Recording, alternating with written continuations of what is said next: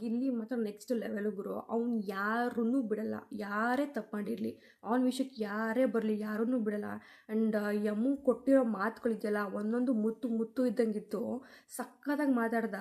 ಇಲ್ಲಿ ಕರೆಕ್ಟು ಗಿಲ್ಲಿ ಹೇಳಿರೋದು, ನಾನು ಯಾರನ್ನೂ ಕಪ್ ಗೆಲ್ಲಿಸ್ಕೊಂಡು ಹೋಗಕ್ಕೆ ಬಂದಿಲ್ಲ, ನಾನು ಒಬ್ಬನೇ ಕಪ್ ಗೆಲ್ಲಕ್ಕೆ ಬಂದಿರೋದು. ಅವ್ರಿಗೆ ಅರ್ಹತೆ ಇದ್ದರೆ ಅವ್ರು ಬರ್ತಾರೆ, ನಾನು ಇದ್ದೀನಿ ಅನ್ನೋ ಒಂದೇ ಒಂದು ರೀಸನ್ಗೋಸ್ಕರ ಅವ್ರು ಯಾರೂ ನನ್ನ ಜೊತೆ ಬರಲ್ಲ. ಆ್ಯಂಡ್ ಜನಗಳು ಏನು ಅಷ್ಟೊಂದು ಮೂರ್ಖರಲ್ಲ, ಓಕೆನಾ. ಸೊ ಇನ್ನೊಂದು ಮಾತು ಹೇಳ್ತಾನೆ ಗಿಲ್ಲಿ, ನಿನ್ನ ಟೈಮ್ ಸ್ಟಾರ್ಟ್ ಆಗುತ್ತೆ, ಇವತ್ತು ನಿಮ್ಮ ಟೈಮ್ ಸ್ಟಾರ್ಟ್ ಆಗುತ್ತೆ ಅಂತ ಹೇಳ್ತಿರ್ತಾಳೆ ಅಮ್ಮ.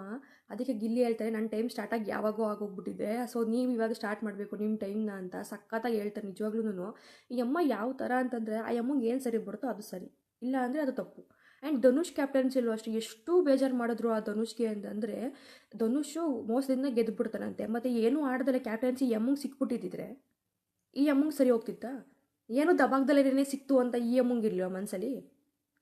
ಸೊ ಎಷ್ಟು ಚೀಪಾಗಿ ಬಿಹೇವ್ ಮಾಡ್ತಾರೆ ಅಂತಾರೆ. ಆ್ಯಂಡ್ ಗಿಲ್ಲಿ ನೆಕ್ಸ್ಟ್ ಲೆವೆಲ್ ಗುರು. ನೀನು ಜನಗಳು ಇಷ್ಟಪಡೋದು ಏನಕ್ಕೆ ಹೇಳು, ಹಿಂಗೇನೇನೆ. ಆ್ಯಂಡ್ ದೊಡ್ಡವರು ಚಿಕ್ಕವರು ಏನೂ ಇಲ್ಲ, ಸರಿ ತಪ್ಪು ಎರಡೇ ಮ್ಯಾಟ್ರ್ ಆಗೋದು. ಸರಿ ಇದ್ದಾರಾ, ದೊಡ್ಡವ್ರಿಗೆ ಕಾಲಿಗೆ ಬಿದ್ದು ನಮಸ್ಕಾರ ಮಾಡಬೇಕು.